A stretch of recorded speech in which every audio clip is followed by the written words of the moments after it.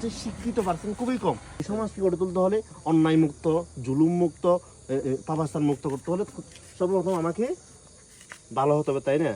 আমরা চাই এই সমাজকে একটা একদম অন্যায় এবং শোষণ মুক্ত যে দাবিতে দেখবেন হচ্ছে যারা ভালো রেজাল্ট করছে এরা কি শিবির নাম শুনুন আপনারা, যাদের মনে আছে জানেন, এই চট্টগ্রাম বিশ্ববিদ্যালয় বলেন, বিভিন্ন বিশ্ববিদ্যালয় আপনারা দেখবেন এই যে শিবিরের এরা হচ্ছে মেধা এবং যোগ্যতা দিয়ে কি করে থাকে। আপনাদেরকে আমরা আহ্বান জানাবো, আপনারাও আসেন, আমরা সবাই মিলে এলাকার মধ্যে আপনারা একটা যে এলাকায় বসবাস করতেছেন এখানে হচ্ছে শিক্ষিত পার্সেন্ট খুবই কম, শিক্ষার পার্সেন্ট কম। আপনি অন্যান্য ওয়ার্ডে দেখেন, আপনার 1 নম্বর ওয়ার্ড, 2 নম্বর ওয়ার্ড, 3 নম্বর, 1 নম্বর ওয়ার্ড, 2 নম্বর ওয়ার্ড থেকে পিছিয়ে আছে কারা?